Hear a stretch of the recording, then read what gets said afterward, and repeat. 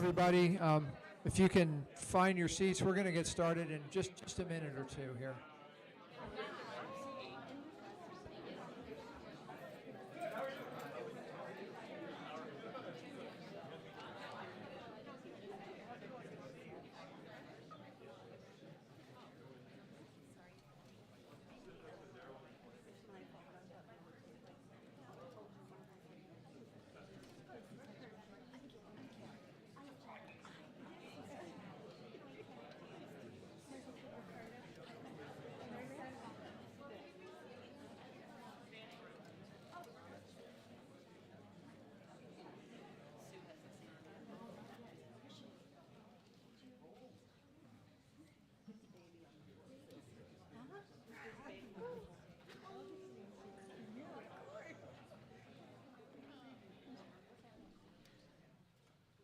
Challenge here is our guest of honor knows everybody in the room and absolutely needs to say hi to everybody, which I think is wonderful. This is an amazing community.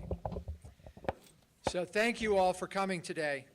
And for those of you who have not been here before, welcome to Kent State University at Ashtabula. I'm Bill Ayers. I am Interim Dean and Chief Administrative Officer for this campus. I want to especially acknowledge and welcome Haley Deese, member of the Kent State Board of Trustees. Also joining us today is Rich Frenchy from the Kent State University Foundation Board of Directors. We are grateful to you both for joining us today for this wonderful celebration. The fact that there are so many people here this afternoon is, I think, a visible sign of the enormous impact that Dean Stocker has had on this community. She touched so many lives and had such an enormous impact on this place. Kent State Ashtabula and the county and communities around us would not be the same wonderful places they are were it not for her leadership over many years. That impact has been noticed at the highest levels. I spoke just this morning with staff from Congressman David Joyce's office, and they are preparing an official proclamation from his office. The congressman regrets that he cannot be here in person to deliver his appreciation, but he wanted to make sure that Dean Stocker's legacy is appropriately remarked with an official word from our federal government. Finally, I want to briefly add my own voice of thanks to Dean Stocker. When Sue announced her retirement, the university asked me to step in as interim dean, and she was incredibly gracious and supportive in that transition. And what I found when she brought me up for the first time that spring was not so much an institution as a family.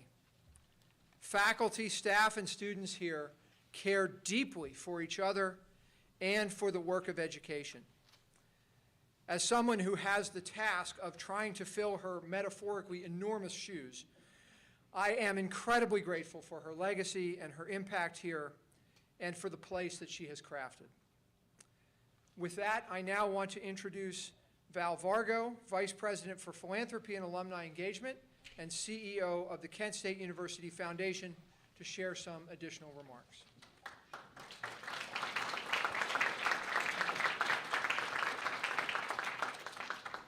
Good afternoon, everyone. Thank you so much for braving this weather and being here. This is such an important day at Kent State and, of course, here at Ashtabula. None of this would be possible without the generosity of our donors. So first and foremost, thank you to James and Allison Mayer and Glenn and Nancy Warner and the community of donors that made this day possible. Let's give them a hand. The Mayers and the Warners are longtime supporters of Ashtabula, this beautiful campus, and of our programs here. We're grateful for their leadership gifts and their inspiration to all of the donors who supported this campus development fund to honor Dean Stocker. You are outstanding examples of the value of philanthropy at Kent State. Now more than ever, our students require the support of donors who value our mission and want to positively impact our students' dreams, future, and our communities. I also want to pause for a minute and say thank you to Bill Ayers, as well as David Smith, who helped pull all of this together and worked closely with the mayors and the Warners to make this day happen. So thank you so much for your contributions. I, too, would also like to recognize the remarkable contributions of Sue Stalker. Her dedication, her passion, her wisdom, her experience have left an indelible mark on Kent State and the Ashtabula community, and we are so grateful. Our alumni are thriving all over the world, and philanthropy provides the foundation for their success. Our sincere thanks to all of you here today who support Kent State University and make the lives of our students forever brighter. And now it's my pleasure to introduce you to our president, Dr. Todd Dyken. President Dyken continues to guide us toward new horizons of achievement and success, and I'm proud to introduce him this afternoon. President Dyken.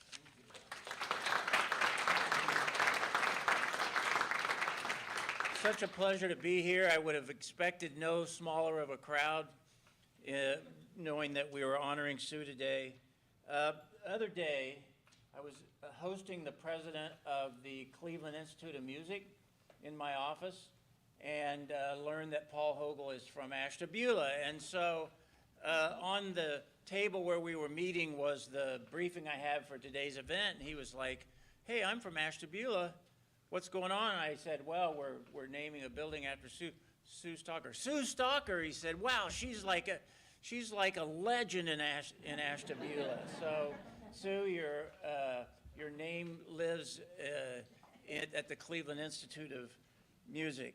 You know, I too want to say my heartfelt thanks to our donors, to James and Allison Mayer and Glenn and Nancy Warner.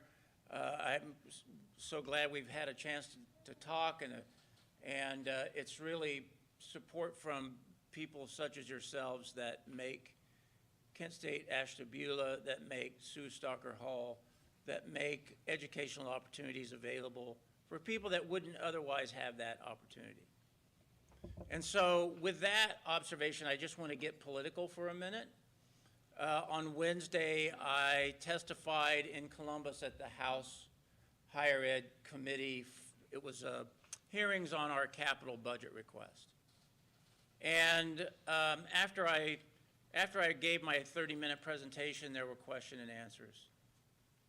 And it became fairly clear that two of the senators were calling on us to close down our regional campuses. And one of the senators asked me more directly about that. And I said, "You know, Senator, Kent State University is not in the not education business. We're actually in the education business. And if we don't have the Ashtabulas and all our other campuses, those students aren't going to have access to higher education. So I just want you to know, as you talk to people in Columbus, I'll just say it that way, that there is some move to eliminate regional campuses or the regional campus structure. I always said when I took the job as provost in 2012 at Kent State, the best thing about Kent State is our regional campuses. We're that beacon of access in our local communities. As our enrollments in these regional campuses has declined and we make changes not to abandon regional campuses, we make changes to make sure that we're always here in each of these communities. So as you speak with your elected officials, I know that you will share with them the importance of our regional campuses. And in addition then to Sue Stalker's name being on this building, then we'll know that our whole regional approach can continue with your support. So again, thank you all for being here. Sue, congratulations. Thanks on 21 years and 2 deanships, right? So, or was it more than 2? So it was nursing, so a lot. So thank you so much, and then really now it's my pleasure to introduce James Mayer, and again, thank you for your generosity, James.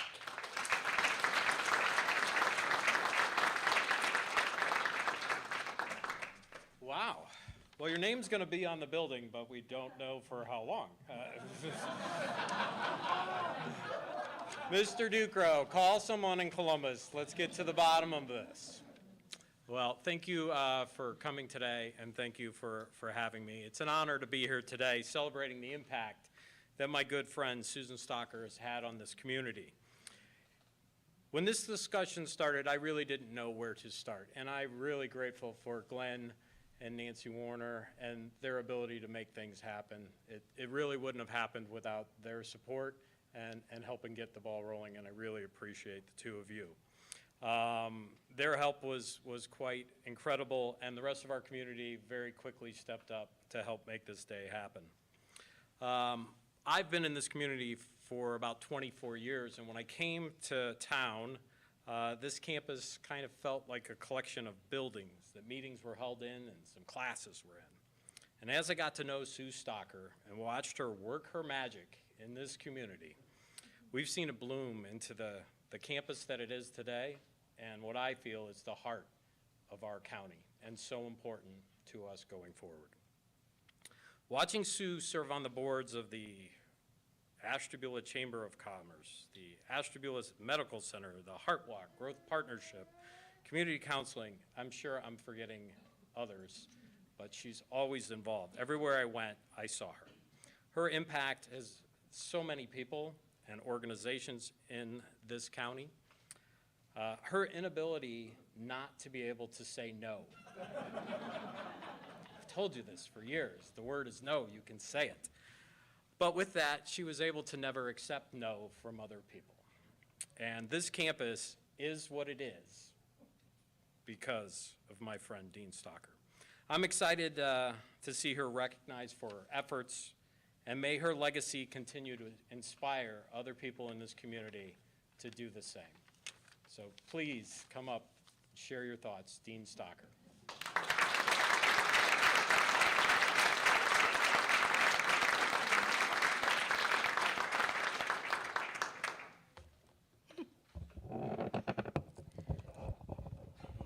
Probably shouldn't have done that. Help.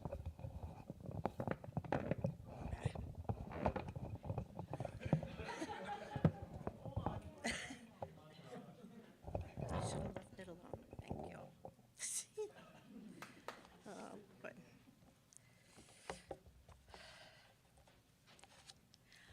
thank you all for coming this afternoon.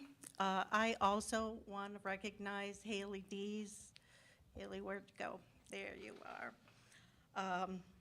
As Dr. Ayers said, Haley is serving on the Kent State Board of Trustees. She was appointed by Governor DeWine. And I have to tell you a kind of funny little story about Haley. A few years ago, a few of us took a little trip to Lido Beach, Florida together. We were actually presenting on our Rural Scholars Program at a conference, and it was my granddaughter Isabel and Dean Dees and his wife Jen and his daughter Katie and Haley, Dean Bilski and his wife Dawn. And we had a good time in Florida. We ate a little ice cream. And now when I look at Haley, I just keep remembering the saying, first a reader, then a leader. Watch out for Haley Dees. She's going places.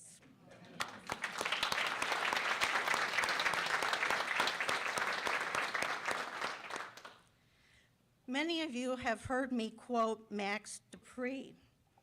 The first responsibility of a leader is to define reality. The last is to say thank you, and in between the two, the leader is a servant. I'm going to use that format this afternoon, but in a slightly different order. First, I want to say thank you to my dear friends Glenn and Nancy Warner, and James Mayer and his wife Allison. Glenn and James have quite a bit in common. They are both men of faith. They both have quite a sense of humor. They are both generous with their time, talents, and resources. And they both work to make the communities they live in better places. I'm wearing this bracelet that Glenn gave me a number of years ago. It reads, "It is what it is." James gave me a placard for my desk with the same message. James has since improved upon that message. It is what Dean Stocker says it is. Now, I remember a day when I was serving as the interim dean of the College of Nursing in Kent, and I was meeting with then Provost Dyken. I don't remember the issue we were discussing, but he became increasingly frustrated with me and said, "You don't like to take no for an answer, do you?" And I said, "No, I don't." I see my family agreeing. Which brings me to a legend. I went from not knowing anything about fundraising to she'll never raise $2 million to raising $6 million. Of course, I couldn't have done it without Glenn and many of you in this room. I want to thank the Robert S. Morrison Foundation, the CDC, the Ashtabula Foundation, and the Ashtabula Area College Committee for their support over the years. Together, we created a state-of-the-art health and science facility, Robert S. Morrison Hall. Next, we transformed the old tech building into a bookstore, maintenance area, and business services, the operations hub of the campus. In this building, we renovated learning spaces, created a student lounge and dining area. We have a beautifully renovated auditorium, and I'm proud to say we created a one-stop for student services before any other campus, including the Kent campus.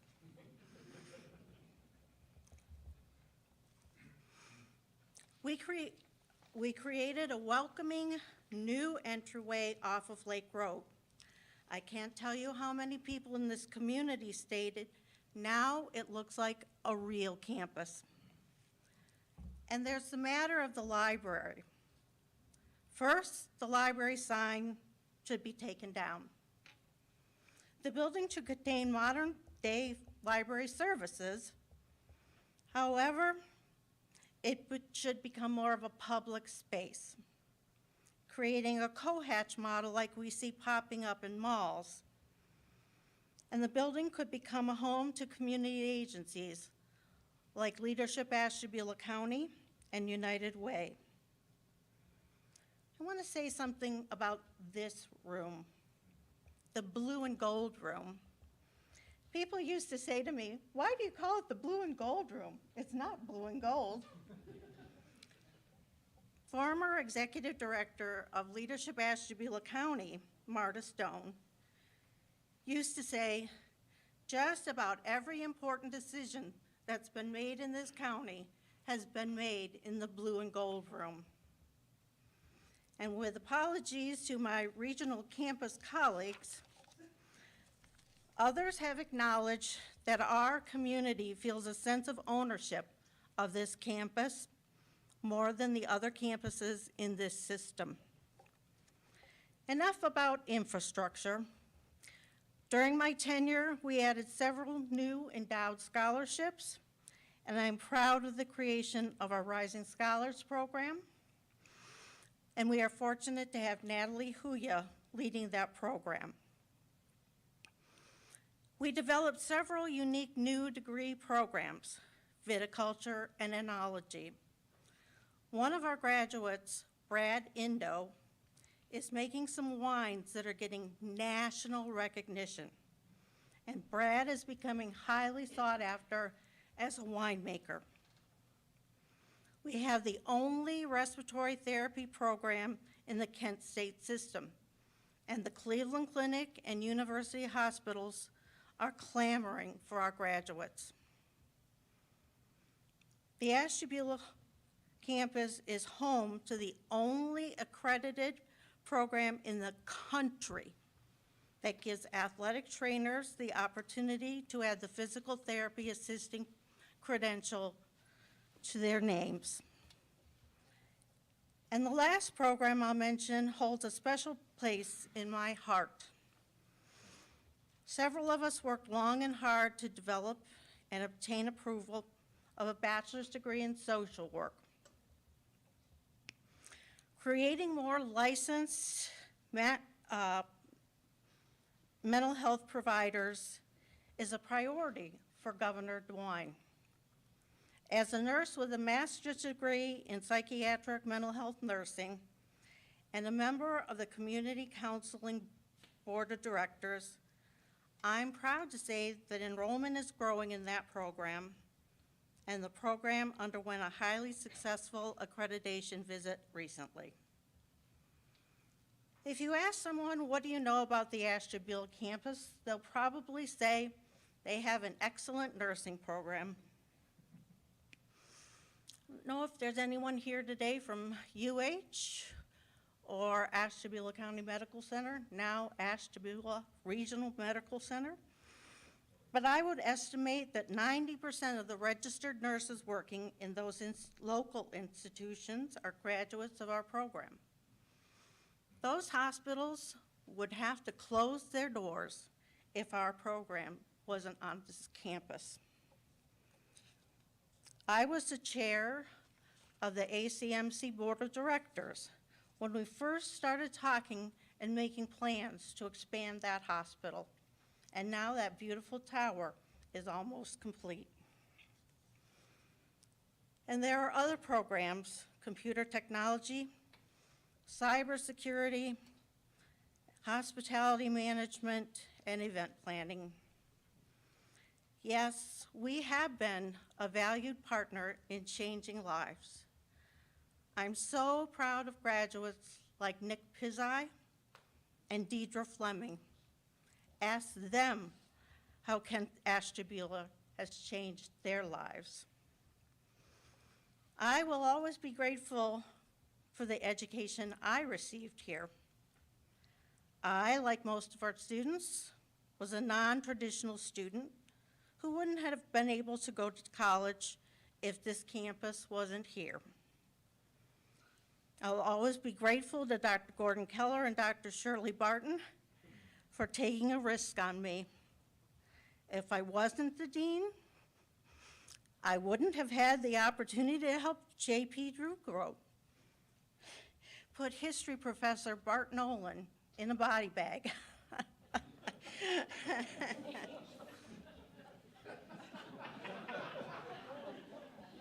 Remember that night?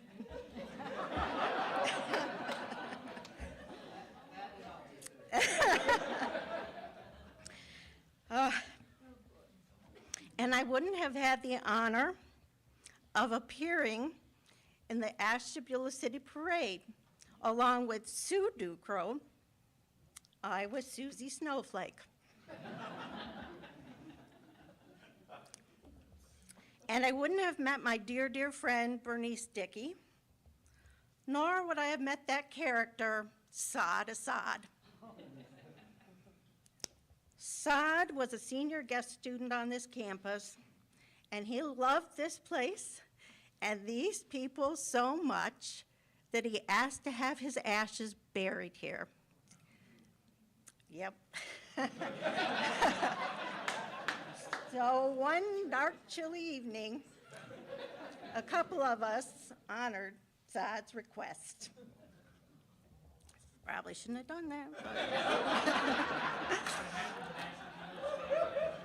Yep.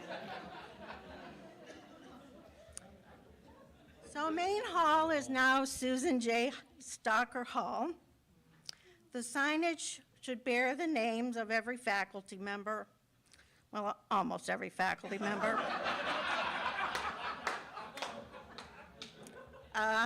and the staff who were part of my team.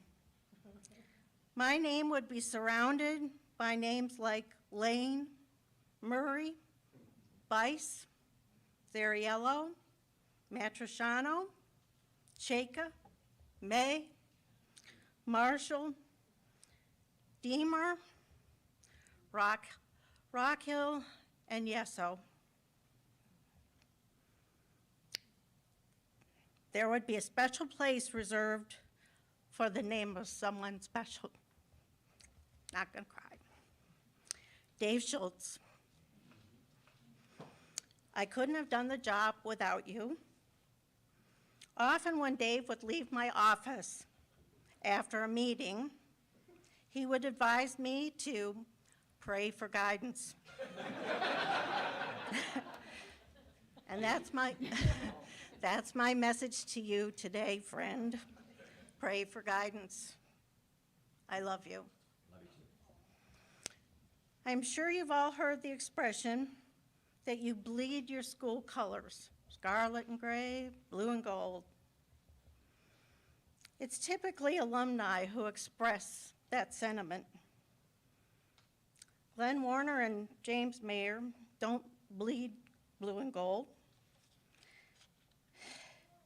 And although Rick Sellup served on the KSU Foundation Board, he didn't bleed blue and gold either. Most of our donors are not KSU alums. They, and so many others like them, have given generously to this campus because they had faith in my leadership and they wanted to make this community a better place. And they know that the only way to do that is through education. Access to an affordable, quality education is critical for our community to thrive. My 3 grandchildren are here today, Joey, Jackson, and Isabel. Isabel lives here in Saybrook, and she goes to school in Geneva. I usually drive her to school 1 or 2 days a week. And even though it's a longer route, I take the scenic route along Lake Road. Why? Because I can slow down and look at the lake. Lake Erie is a gem, and we should never take it for granted. The Ashtabula campus is a gem. Please don't ever take it for granted. I spent some time yesterday reflecting on the saying, "It is what it is." On a personal level, that comment can come across as flippant and almost hurtful. "It is what it is" a saying that should never be spoken in higher education. It's not who we are. The expression is limiting. In higher education, we are problem solvers, we're entrepreneurs, and we value open dialogue. Today is supposed to be my day, but it's never been about me. It's what our students and the community say it is. Thank you for your support over the years, and thank you for this tremendous honor.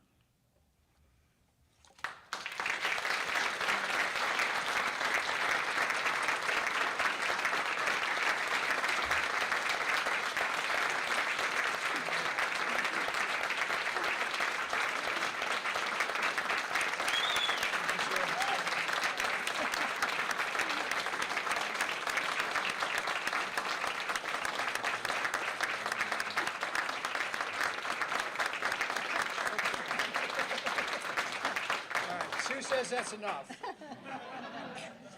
As our last official kind of act for the program today, we want to reveal a plaque that we're going to be installing in the entrance to Susan J. Stocker Hall. I'm excited to say that, to let everybody see how we're going to be honoring Sue in perpetuity. We invite all of you to come back and visit it. Many of you work here, so you're going to see it every day. But please, everybody, come back and visit as often as you can. We love to have the community here. So, Sue, if you would join me. I'm told we have to lift carefully from the bottom.